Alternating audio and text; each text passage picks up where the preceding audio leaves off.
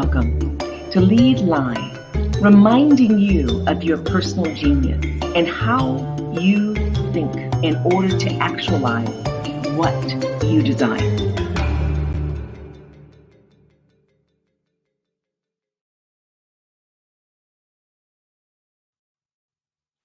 Hello. Welcome to Lead Live, Leadership Excellence and Achievement on Demand. Something I don't think I've ever said before. I think that the guest and I have made it, I have at least inferred it. And that is when we say leadership excellence, achievement on demand, we don't assume that people are perfect. We don't assume that we should even work towards perfection. We assume that we can be our best and our best will exceed anything that we typically imagine. And that's what this is about. It's really exceeding our initial imaginings in order to get to a place that's consistent with our great imaginings. When I was preparing for today, I was pulling from some of my text. I first started pulling from my heart, and I'm going to come back to that in a second. I was pulling from text and reading the book, The Joys of Compounding, The Passionate Pursuit of Lifelong Learning by Gautam Baid. Hopefully I'm pronouncing his name correctly. And the power of this book, it's really about encouraging us to learn and relearn key lessons that will make us better investors and better human beings. Well, one quote that stuck with me: the best thing a human being can do is to help another human being know more. And I would say be more. And I would say create more. And I would say understand more. And I can go on and on and on. And I appreciate Charlie Munger for indicating that. Because at the essence of our experiences here in this realm is to remember, I firmly believe that we really do need each other. No one of us is an isolate. I don't care how remarkable we think we are, and indeed other people may believe we are. We need one another. And the degree to which we understand our inner relationship with the other, even when we've never met the other, meaning that there's a vibration that we all emit that affects everyone. It's part of a broad relationship we have with one another. And the degree to which we're intentional about the kind of energy that we expend that adds value, intentional to add value, to edify the essence of the other. Oh my God, the power of what could happen, the transformative power of what could happen on this planet is absolutely indescribable and arguably not for me to imagine fully right now. I need the collective to help me to imagine just what that is by actually leveraging it and more of us getting to that remarkable space. In a remarkable space, I firmly believe we can get to. Yes, there's a lot of nonsense, there's a lot of noise, there's a lot of actual criminal behavior on this planet. There's a lot of hateful behavior on this planet. But yet, amidst of those distressing aspects of what we're living in this life, there are a lot of remarkable, beautiful, loving, just awesome, positive, illuminating, inspirational, innovative, impactful, positive things that are happening. And if we don't watch it, we'll let the darkness dim the light. And what we're about here at Lead Live is illuminating more of the light. Yes, the darkness does exist. And arguably, and I remember having a conversation with one of my brothers years ago, and we were talking about something, and we have our respective passions. We share some things, and yet we're quite different, distinctly different. Not just because he's a male and I'm a female, because of his wiring and because of his value set. Yes, we share some of those, and we don't share them all. And we don't have to in order for us to be our great selves. even for us to compliment each other, even if we never spoke again in our lives. The power of that conversation, as I recall, was us ultimately recognizing. I remember sharing, if we didn't have darkness, would we really appreciate light? If we didn't have light, will we even know that we were in darkness? Now, I'm not saying we need more darkness. No, no, no, no, no, no. And I'm not saying that we shouldn't just have light. I prefer that. And yet I believe that part of the human experience, until we elevate and move on to another plane of existence, is to manage those two and understand how to deal with whatever that may be in the realm of darkness, to use it as a challenge to catapult ourselves out of it into a healthier state that edifies our essence, our greatness, the inherent genius that I believe we all, without exception, have. The topic today is it's people skills, essential to leading. And I'm not alone in this belief that the degree to which we understand our relationship to others, value others,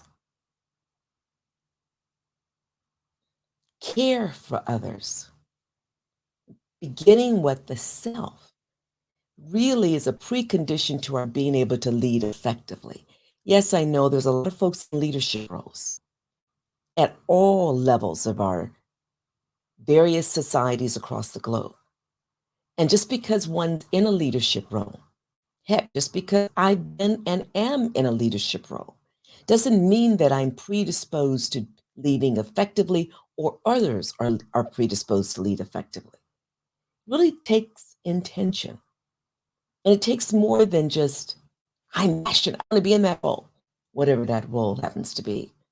Whether that role is a frontline staff person answering questions of clients and customers or community members, or an individual who is literally leading that entire organization of many other professionals who are serving clients, customers, the community, or even just the folks within the organization. Leadership at all levels require some level of intentionality and definitely reflection. Foremost, a level of internal integrity. Now, it is not for me to say that you or someone else has the right level of integrity or integrity at all. It's for me to point out whether I have integrity because I know if I'm functioning consistent with my values. In fact, I know my values. I know I'm living my values, and I know when I've come short of those values. I've come short of functioning with full integrity. I know what my vision is, and I know if I've come short of that vision. I know if I'm steadfast. Leader does too in all spaces. And that's what we're talking about today. I was reading another book called How to Win Friends and Influence People.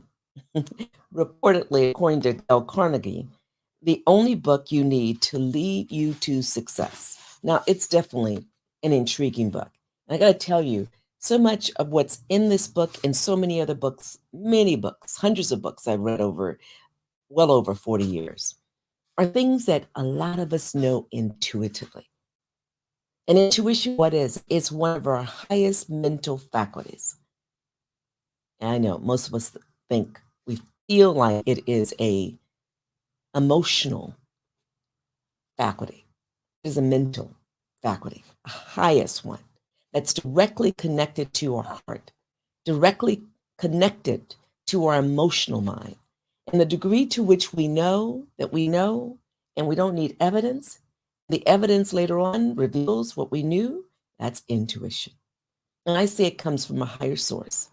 I know enough about the source to call it a great mystery, great spirit, grandmother, grandfather, God, Tao, energy, unconditional love. I know sufficiently little about it to assume that I have all the answers. And that's why I read. That's why I listen to you. So many of you who have rather podcast or you got digital formatted books or you are engaging and I'm observing your behavior, the genius of your behavior, even behaviors that you yourselves would say you would not want to replicate. Because in those experiences of you behaving the way you wish you hadn't, hopefully you're learning and you're using that to grow and actually get to a different place where you're able to better edify you and the greatness of you and be prepared to edify others. So make reference to some of the things in this book. I love that honors loved ones. And all day long, I smile, I laugh at myself more than anything else because I'm a funny person. I'm a little bit weird, as you probably have deduced if you've watched this broadcast a lot, and in a hopefully a good way. And I'm a funny character. I love how people, when they honor their loved ones, and all day long, if I'm having a challenging mood, I think about a niece, a nephew, a godchild, a brother, a sister, a dear loved one, extended family member, a stranger I met on the road or on the street, and I get to smile. And it starts in the gut and goes to the heart, or it starts in the heart, goes to the gut, and then it's a memory, and then I'm able to just keep moving. Hopefully, you do that all the time. Well, what does he say? He says 6 ways to make people like you. I would say, don't start with people liking you. And yet, I know I've been told, no, people have to like you to buy into you. And there's some power to that. There's an extraordinary power to that. I say sometimes people don't like you. And I've had people tell me, and yet they followed me or they followed other people because there was a level of insight that they could feel. They didn't even understand it. And they would follow some of those folks, hopefully not me, but those folks off the cliff because they were so inspirational, so compelling, so charismatic. And I would say never follow someone off the cliff unless that's where you want to go. uh, and so the point that I think this particular section makes is that you have to be present in a way where people can value you. And really, it's not about valuing you, it's about you valuing them. And I think that's really the essence of that. It's less about you intentionally wanting people to like you. It's more about you being so appreciative of the other that you are likable. What was another? Fundamental techniques of handling people. I think the word handling is kind of curious. Big secrets of dealing with people. I like this first piece. Don't kick over the beehive. As someone, when I was a small foster child, and one of my foster parents took some of my siblings to Louisiana, deep south. I mean, you've got locusts, you've got these huge bullfrogs with all these lumps on their bodies, and you've got these interesting looking insects that are huge. One fell on the back of my hand, ate the back of my hand, and the neighbor put some extraordinary ointment on it, kerosene and something mixed, and it burned it. And it just literally thousand leg bug just melted away, and my hand healed within months, and it was extraordinary. Anyway, I digress. Well, reminds me of when we went to the house that her family owned. In fact, it was part of the legacy of slavery. Her parents were slave. One was a slave. One was reared on a so-called another kind of plantation where indigenous folks were relegated to. In any event, the family home had a beehive on the side of the house. And I'll never forget this huge, extraordinary stance of a woman, over 6 feet tall, would just reach up her hand, and I think it was her left hand, and she put it into the beehive, take out the honey. The bees would swarm out and swarm around her head. Not a one would bite her, and she would put it in the container and she'd bring it in for us for honey. And I thought that was the most incredible thing. She wasn't covered with anything. It was just normal. She had done that as a child and she was doing that as an elder. So this resonates with me. If you want to gather honey, don't kick over the beehive. Other aspects of literally winning, influencing people, winning with people, how to win people to the way of thinking. And I think in more in terms of a vision. So what does it say here? You can't win an argument. If you're wrong, admit it. Again, a drop of honey. The secret of Socrates, the open-ended engagement, reflection, the safety valve in handling complaints, how to get cooperation, a formula that will work wonders for you. What everybody wants. When nothing else fails, try. Just some nice tidbits. Encourage you to leverage this book. I'm not going to go through all the different chapters, but I want to remind you that not just this broadcast is a resource for you. There are so many other resources. And I think of so many other books. Steve Siebold with his mental toughness, secrets of world class. Embedded is how to function in support of people, how to interact and work with people. And then, of course, Dr. Bob Rotella, How Champions Think. The other thing is, while this is a very short read and a little bit obtuse for some people, it's like, I shouldn't say obtuse, it's not the right, obscure. It is powerful if you allow yourself to read into it and reflect on it, and then realize that literally with the help of other people, we square ourselves all the time. We're most powerful when we leverage other people. And that's what this book, You Squared, is all about, a high velocity formula for multiplying your personal effectiveness in quantum leaps. Dr. Price Pritchett has a lot of work he's done in this area as a psychologist who's done research and worked with teams of individuals. So let's just make this a little bit more kind of simple. People skills, essential to leading. What am I talking about? What comes to mind is before you can lead, there needs to be a reason why you're leading. I know people take jobs all the time because they want the money, they want the position, they think it has power, on and on and on. It may have position power, reverence power because of the position, et cetera, et cetera. But listen, why are you leading? Why are any one of us leading at our levels? Knowing our why is a precondition to effective leadership. And I do mean that. Effective leadership. Yeah, there are a lot of leaders out there, a lot of people in positions of leadership. And there are some people who are being followed. But do they know their why? Why? The other thing is there has to be a level of trust. And I say trust the self first, understanding one's why and having a level of trust in self. Trust that you will be clear, trust that you'll function with integrity, trust that you will be reliable, trust that you will be committed, trust that you will be consistent, you'll increase your level of competence. Trust.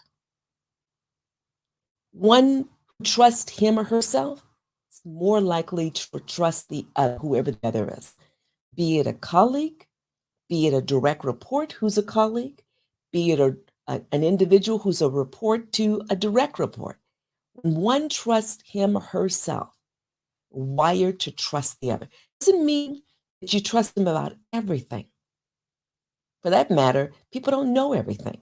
So you can't trust people to be effective or responsive in every area, but you trust them to show up. You trust them to understand their role. You trust them to leverage the resources you provide. You trust them. Short of trust, how do you lead people? It's a precondition to having solid people skills.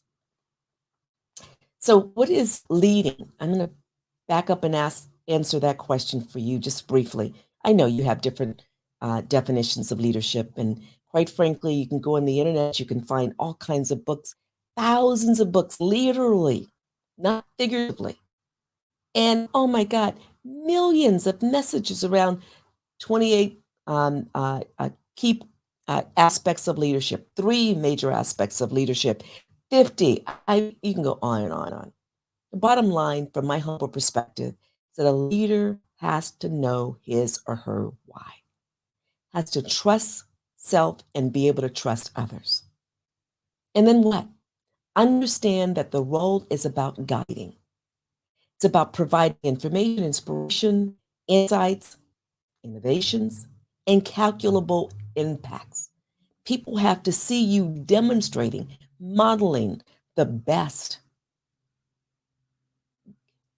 even given one's inherent imperfections.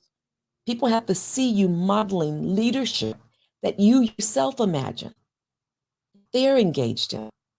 And it could be as simple as someone is not at work today. And so rather than overwhelm the one employee who do that work, you sit down with that employee and help get that work done. You're modeling. You're inspiring that person to say to you, I got it, don't worry about it. Okay, I'm going to help you do a portion of it. I know you got it. I just don't want you to be overwhelmed. You step away, and before you know it, that person's done more than you've even asked them to do.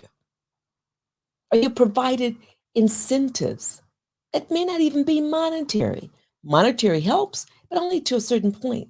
When people receive incentives that demonstrate you value them for the long haul, all of a sudden, oh my God, rewards and recognition. Amazing. You're modeling leadership. You're saying, I value you. And it's not just at the end of the year, 6 months down the line, it's literally every single week, every month, every day. And the reward can be simply, I saw you do that yesterday. Good job. And you keep moving because you're busy. Everyone's busy. That person's busy. Those drops of value added, what do we call them? I don't know. I can find the right word. I know you got me. The point is, when you invest, before you know it, that space that person who's reporting to you, working with you, occupies is filled with that investment. And literally, you could even spend 6 months out of the year providing no more because you've given them so much the first 6 years. I would say never stop. And then educational. You want to always provide practical as well as conceptual details that the individuals are able to follow that grand, which we're going to come back to, that grand vision. It has to be operationalized. Can't just be this 50-foot or this 100-foot or this 1,000-foot level. That is inspiring. It gets people going. They understand they have a place in that big vision. It has to be brought to the level where people are at. So it doesn't mean it's dumbing down. It means it's making real, making meaningful. And that's part of our challenge with a lot of education, formal education. We're so busy teaching to content, teaching to a test, teaching to a text, teaching to whatever, that we forget the people who we are supposedly facilitating learning. It's not about just the exam. I understand some people are actually graded as an employee, as a facilitator of learning based upon students' performance on the test. Well, shame on that institution that's doing that. I get it. I worked in higher education for years. The quality of the engagement is really a great reflection of the meaning making that is facilitated by the person who's presenting the content. When that person on the receiving end feels it, understands it's relevant to his, her, their lives, you can sometimes just get out of the way and move over, and they'll do extra work.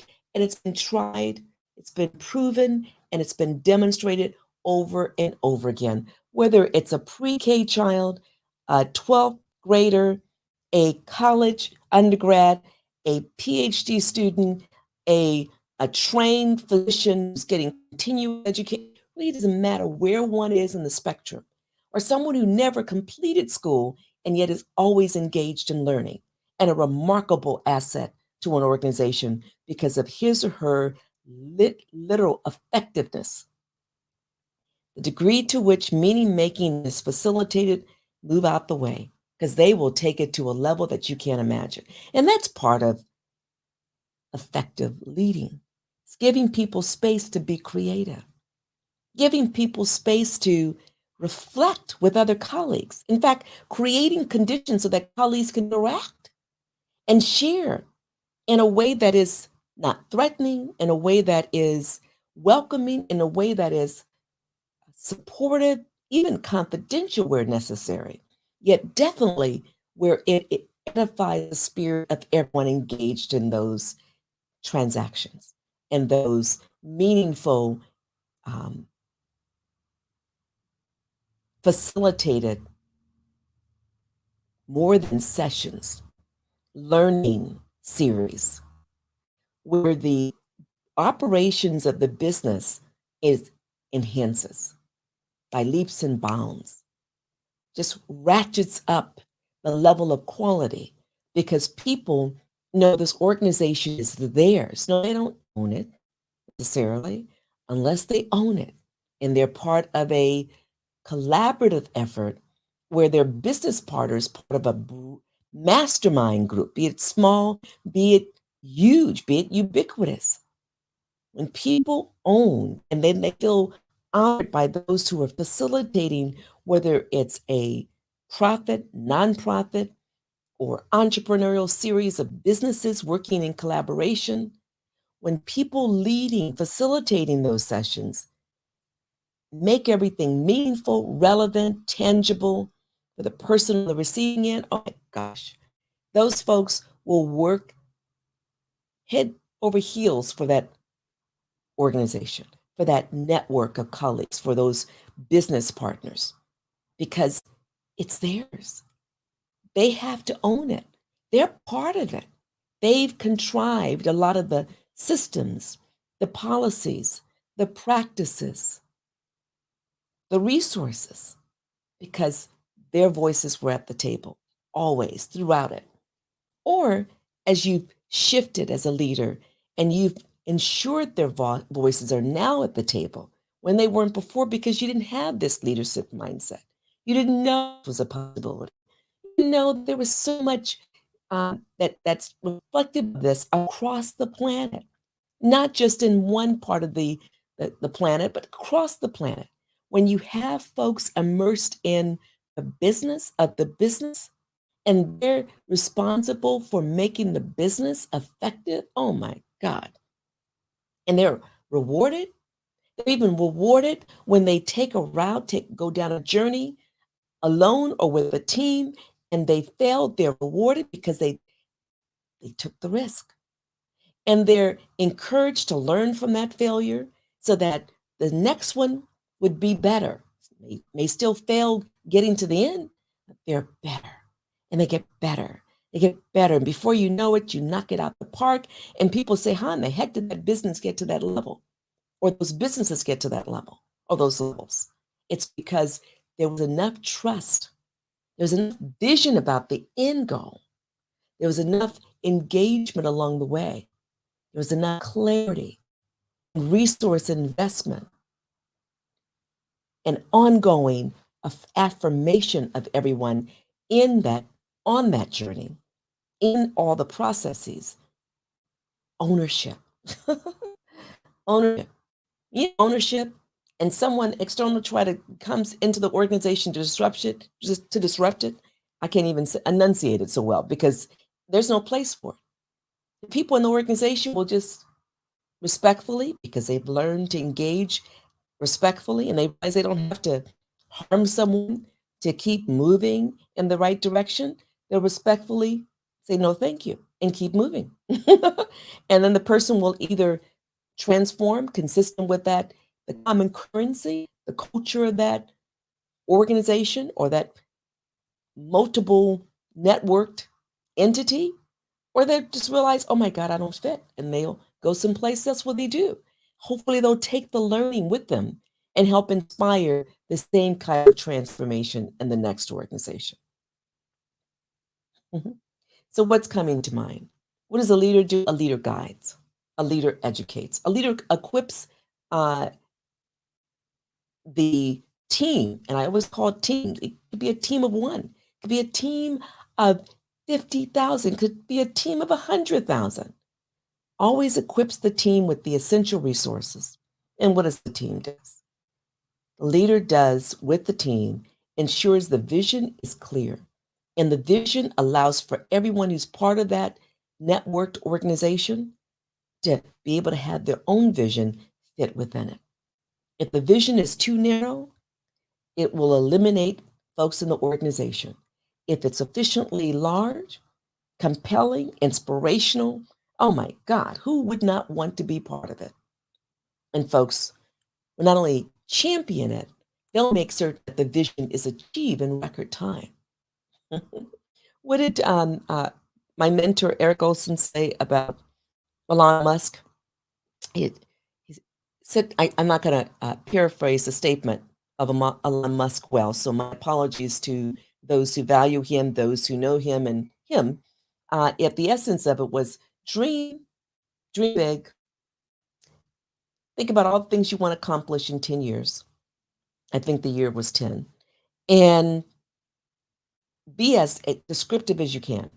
Write it down, read it, add more to it, and then go out and make it happen in 6 months. And that's what I say about everything. We get to choose how to lead, where to lead, be part of leadership, because when we're leading, we have to remember the key definition of a leader is someone who develops leaders. So if you're working with others, that's the only way you can be a leader, right? You're working with others, whether they are directly reporting to you or they're partners in business with you or they're business partners in other organizations. You are inspiring their leadership. And you may think, oh my God, they far exceed me. Well, it's not about far exceeding. It's about edifying. It's about honoring. It's about reinforcing. It's about ensuring that each one of us are more impactful in the next moment. The only moments we have are the moments we're in. We plan for the future, and yet all we have is now. We leverage whatever worked in the past and then put aside and release what didn't. We bring it into the fold. It's appropriate, but yet we only have now. We don't have the past. We don't have the future. We plan for a remarkable future in the next moment, the next moment. And leadership understands that. Does a strategic look at vision, then backs up, maps out a strategy to get there, and then that strategy is in collaboration with the team, however the team is contrived or constructed, and then marches towards it, is unwavering. And then the team, because the team's power, you get to change how you get there, because there's going to be learning along the way. Well, there's a quicksand over here, so we don't want to go that out. There's a barrier over here. Oh, no problem. We can just remove the barrier. Oh, there's a mountain. Actually, it's good for us to tunnel through it because we'll keep the infrastructure intact and we won't harm the things around it. Otherwise, we can go around the mountain. Yeah, it may take an extra month. We're going to actually save 5 years if we do stay in this course. So you have course correction without a doubt, yet the vision, when it's a great, honorable vision, you remain steadfast. The plan itself, you can adjust, yet you've got to keep your mind on the measurable outcomes you want to achieve. I know I'm jumping around a little bit, and intentionally. The visionary, the leader, illuminates the clear and compelling what? Destination. I call it desperation. I have a desperation to get to where I want to go. My vision is so big, I'm desperate to get there. I've got to calm myself down. My passion won't waver, yet I got to be a bit more comfortable. So that was a Freudian slip, if you didn't notice that. So in addition to the special training, the appropriate tools, the sound systems, the policies, infrastructure, the vision itself, the aspirational, that everyone can literally feel like they're in front of, they're to the side of, they're part of. It's not separate from them. I think about someone in the manufacturing industry. What do? They share the importance of the building of whatever that is. They get on the floor with the team. They use their technical skills. They help to produce the product. I think of people as educators. The best educators know what it means to educate. They have taught, they have been in the classroom. They've been outside of the classroom facilitating learning and assessing the efficacy of their efforts.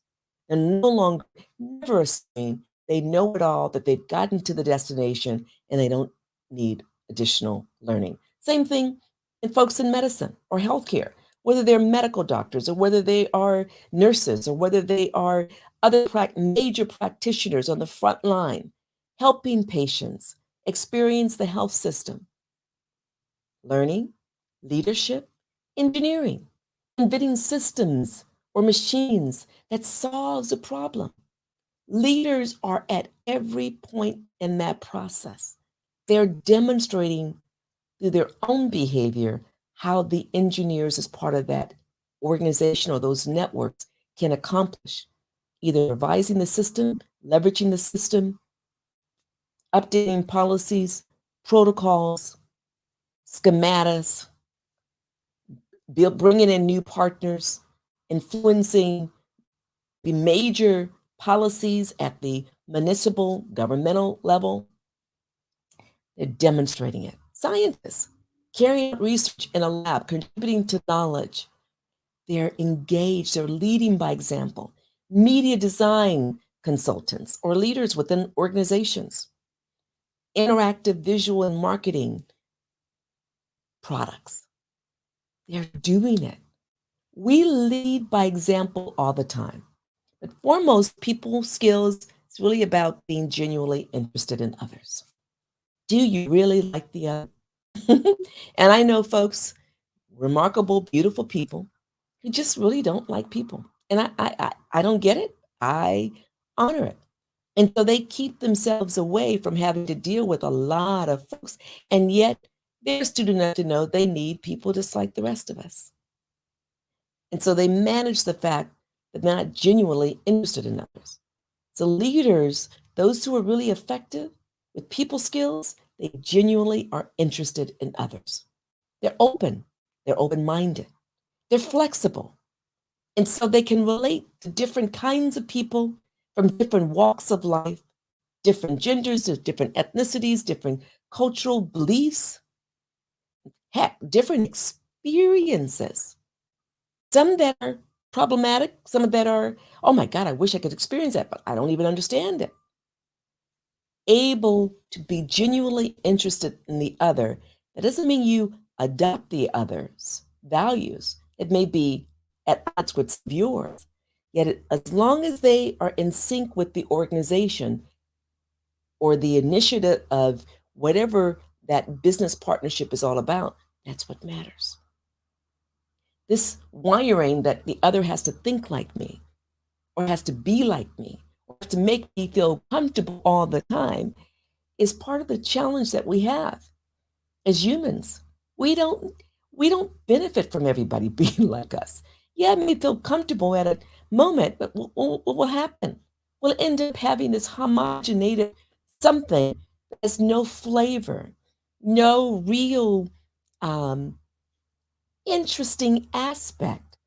Literally, it's just routine. It becomes dogma before we know it, and before we know it, we're wondering where are we in this fog? We're not even moving with a dynamicism. The dynamic interaction of that diversity shakes things up.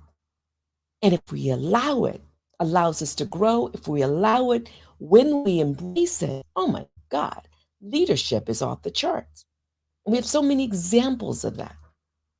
Knowledge of audience, that's so critical to people skills. Learning, not just learning because it's comfortable in the moment, but literally pushing oneself to understand what is it about indigenous people in different parts of the world that's alike, only to find out, no, they're unique like everybody else. Can't put everybody in a pot. But what is it about those Asian people? They all seem to be alike. Oh, really? Have you ever met a Chinese person? Have you ever met a Taiwanese person? Have you ever met? You can go on, only to find out they're just as diverse as the rest of the people. Have you ever met a group of Latinos? Oh my God, Latinas. Do you even know you're listening to one right now? You know people from Africa. Do you know Black Americans? Do you know some remarkable Pacific Islanders who are doctors, who are lawyers, who are not only entertainers, they are making a difference? Have you met a friend of mine around the corner who speaks several different languages and an indigenous language? Native American, we call in this country, is her first language. Have you ever met a person like that before and realize the person is just like you and I, and yet with the unique qualities no one else has because it's her? So knowing our audience, knowing who's part of our team, knowing who our clients and customers are, or knowing who our partners are, and not at the superficial level, they're male, they're female, they're 5'2", they're 5'6", or whatever, they're 7 feet tall, oh my God, or they're almost 8 feet tall, that's unusual, whatever, going beyond those superficial. Important, yet not really substantive. Patience. Oh, wow.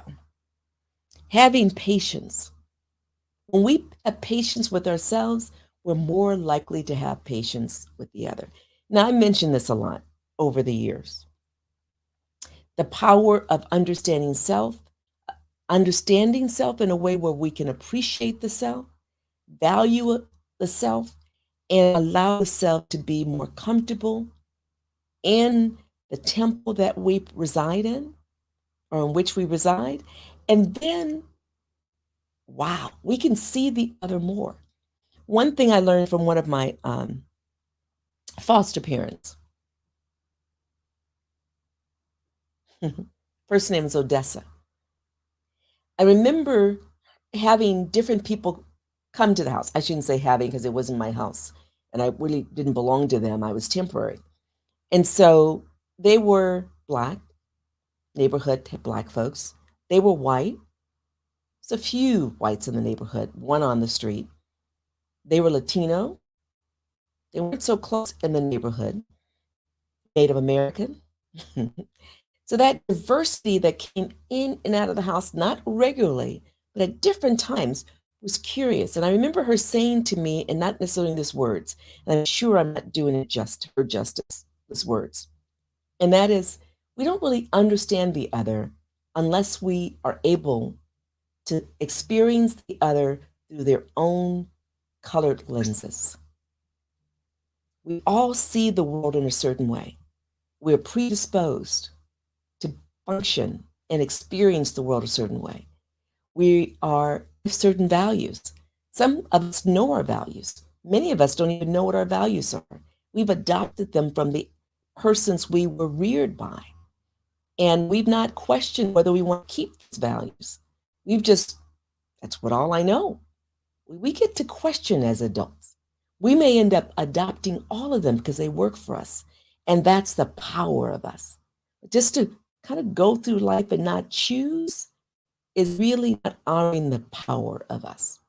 So when she said something to that effect, that we understand all of us when we're able to live and experience all others through the lens of the other.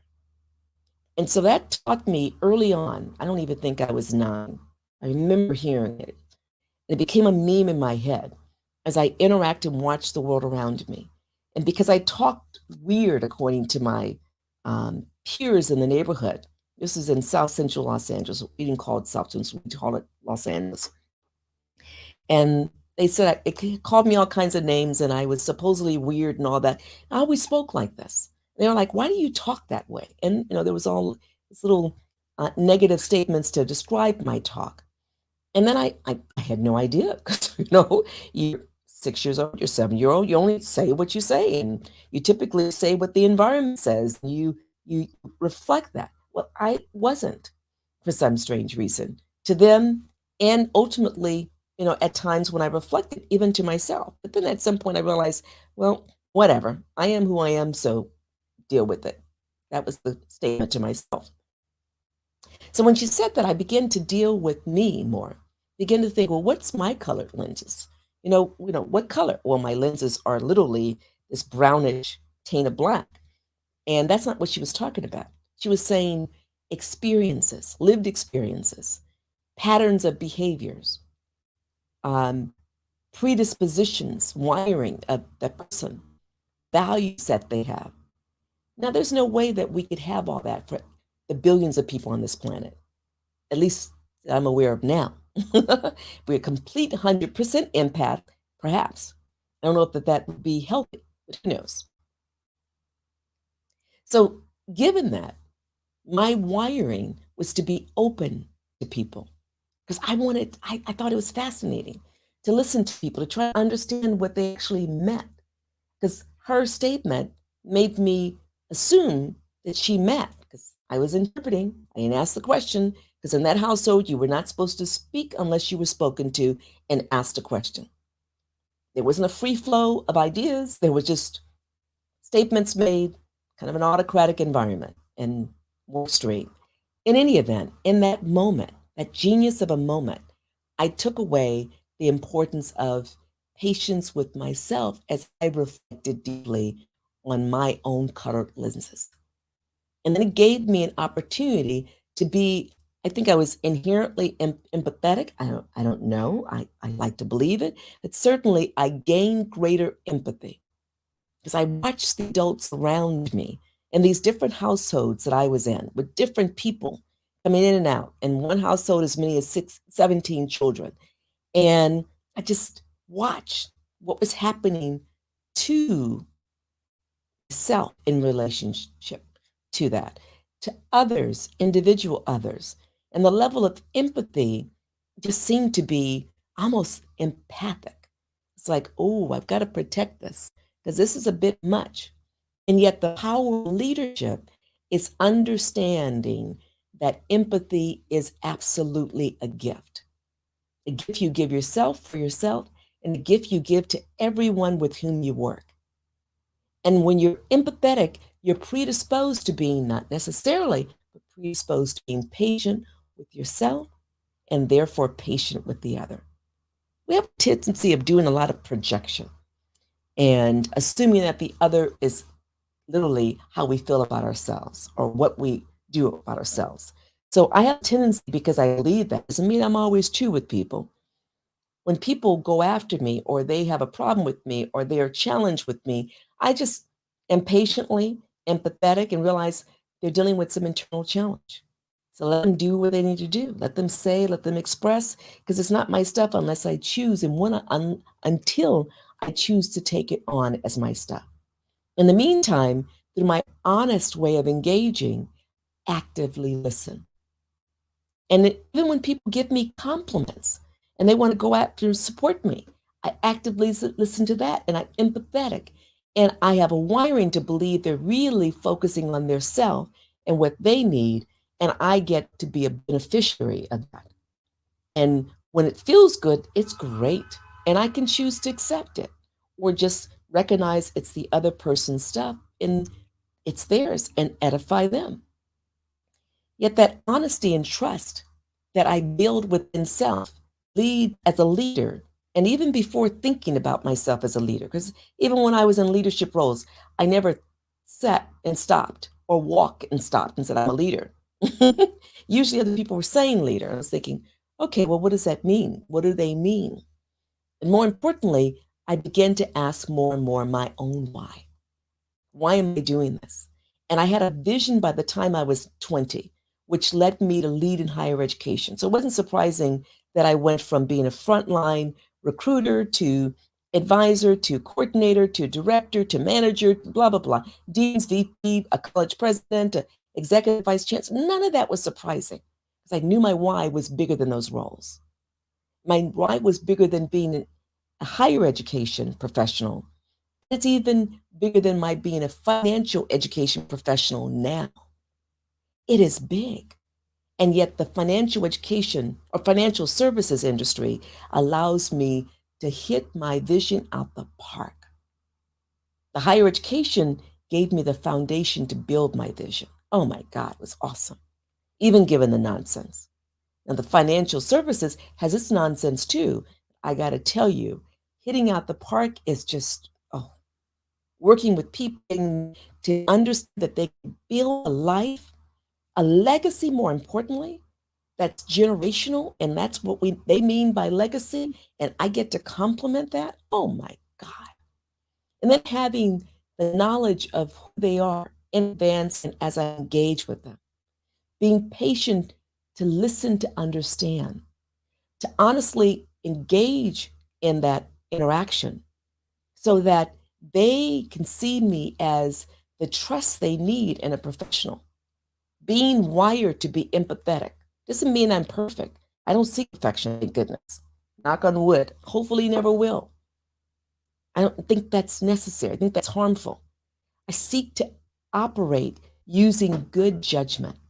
And so I encourage us all as we go to influence people, as we go to persuade and motivate others, to engage our various competencies, negotiating transactions, facilitating decision making by all members who are part of the team, not just me or you being the decision maker, we're all decision makers. And the degree to which we edify, lead others to lead in a place where they're making sound decisions, they're engaging these same kinds of skills. Oh my gosh. Not only are individual organizations transformed, the families that everyone leading elevates, the neighborhoods get healthier. The people we elect are wired to want to function in a healthier way. We elect a lot of folks on this planet. Some of them because we are inspired. Too many of them because we believe they're defaults. They're the best in the pool. And yet we get to, through our own continuous growth, enhancement, we get to inspire, model, and be an inspiration to them who count on our votes to see that our value sets are a series of X, Y, and Z.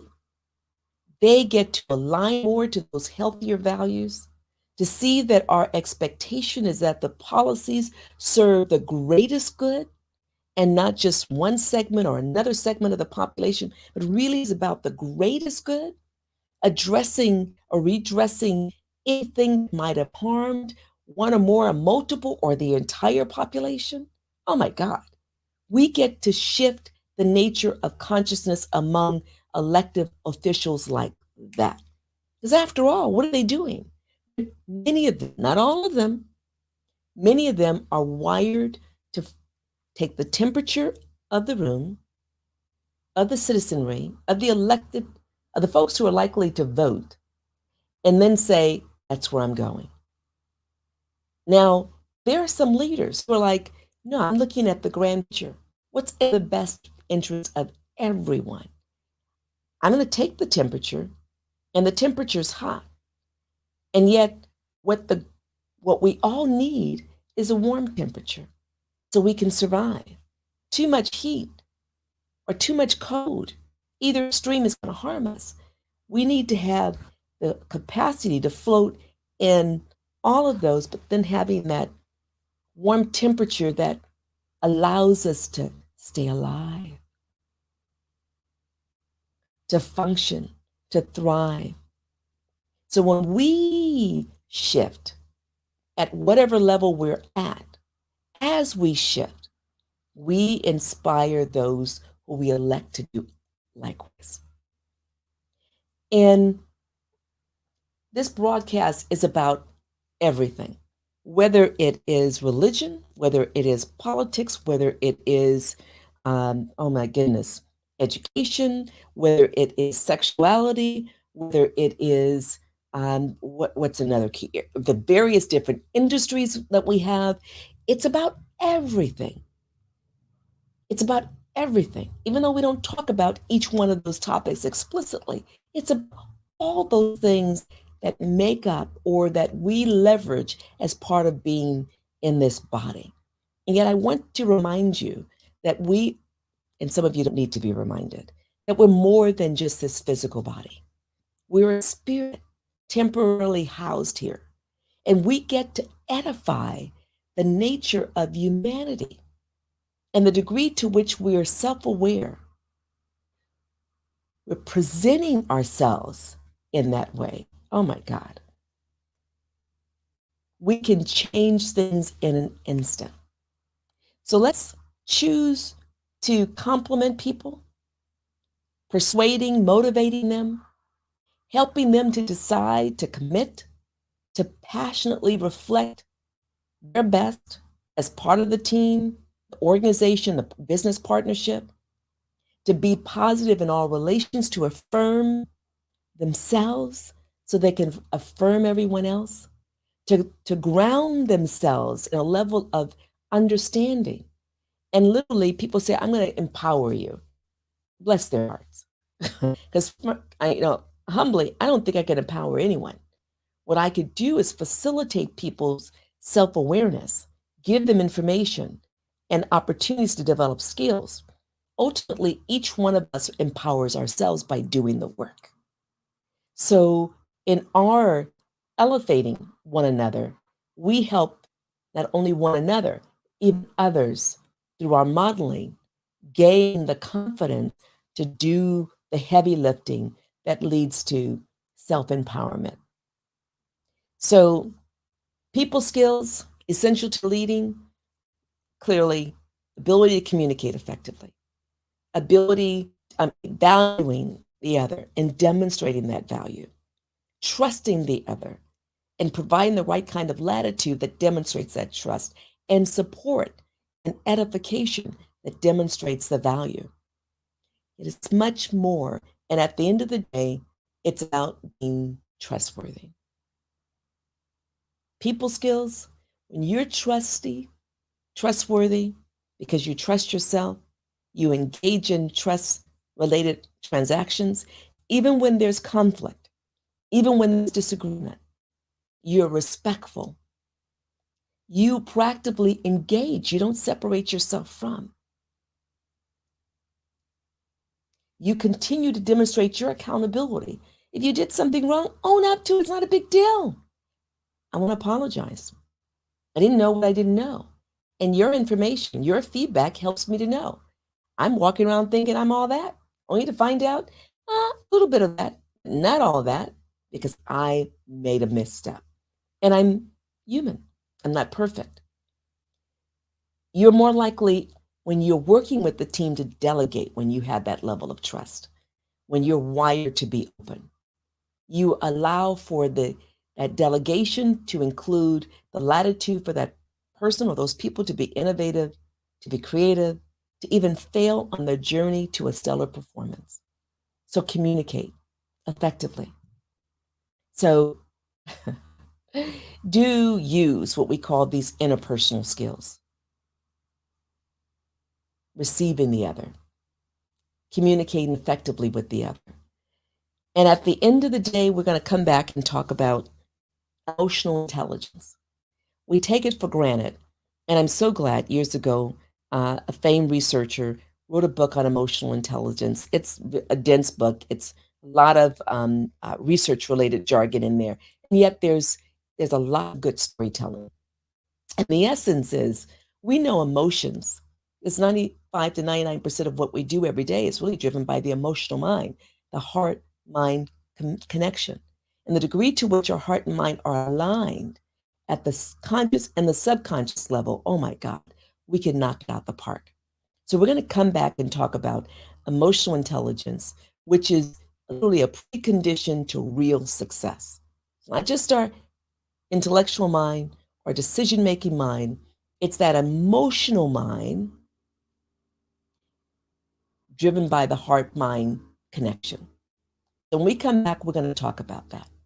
The importance of caring, thoughtful behavior, reflection rather than hasty actions, reactions, sound decision-making, managing emotions effectively, and just being better socially aware, seamless in our communication.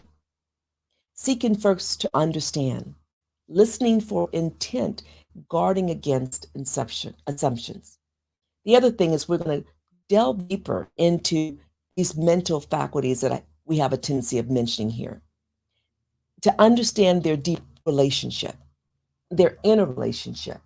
And I usually like to show uh, this visual. We're not going to go into it in a great deal, but I'd like to show this visual in anticipation. And thank you, Nicole, for being here. Definitely so true. We often do not know our own values. And yet the power in knowing our values, oh my God, when we know them, we understand why our behaviors. We understand why we're attracting certain kinds of things in our lives. And we have a tendency, why does it always keep happening to me? I love it. Let's keep it happening because of your values. Why does it always happen to me? It's horrible. I don't want it to happen. Then look at your values. So much. Thank you, Nicole. And so I want you to think about memory, perception, will, imagination, reason, and intuition. Those are our 6 mental tools, I call them, our faculties that help us change our results. So we're going to come back and talk about this in depth. And to that end, I want to say thank you for choosing to be here, for choosing to honor you by leveraging us. And feel free when we're on to do as Nicole did, to put in comments if you're on Facebook or you're on YouTube. I understand LinkedIn, you can put comments, but it won't show here. So I won't be able to see it, but it'll show on LinkedIn. Definitely subscribe. Let us know if you're interested in particular content. Thank you, Erica. Amen, she says.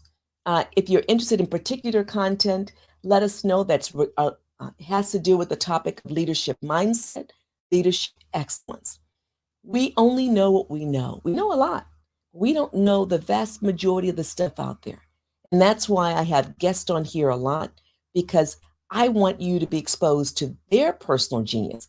They don't know what they don't know. They're humble to share what they do, and what they do is quite a lot. It's immense. And the other thing we'll talk about is operating in alignment with the natural laws of the universe. There are people who have not completed high school, and they are multi-billionaires. There are people who never went to college, and they have generational wealth, meaning that literally when they transition, the next generation and the subsequent 2 or 3 generation will have what they need without having to do anything. And the reason why that's so is, as you could say, well, they were born for money. You can't say that if they actually built the wealth with other people while they're alive. And I'm talking about those kinds of folks. Okay. And the reason why I mention them is because literally they are successful. Even some who are functionally illiterate, not able to read, folks, and maybe can sign their name with an X or some letters. They've got a child or a grandchild or a trusted other literally engaging in the writing, yet they're brilliant. So being formally educated, I have value for that. You know, I'm formally educated, yet I never dismiss the power of street smarts and the ongoing education you can literally give yourself without ever earning a formal degree. So we're going to talk about being in alignment with the natural laws, because many of these folks are directly in alignment with the natural laws. And when you're in alignment with the natural laws, it really doesn't matter your level of education. It doesn't even matter who you know. What matters is you're operating in alignment, and the universe gives you what you ask for, good, bad, or indifferent. So we'll come back to that. And I want to thank you, for being the best of you in the moment that you're in. And I wish you only the best, only the best. And thank you again, those who are reviewing and are silent but leveraging this. And yes, please share, follow, and make certain that more people who could leverage this, who would need this, who would want this, in fact, know it's available. And my last words before the final words is always be humble. Always be humble. Brilliant. Lead with distinction, yet always be humble. Wado.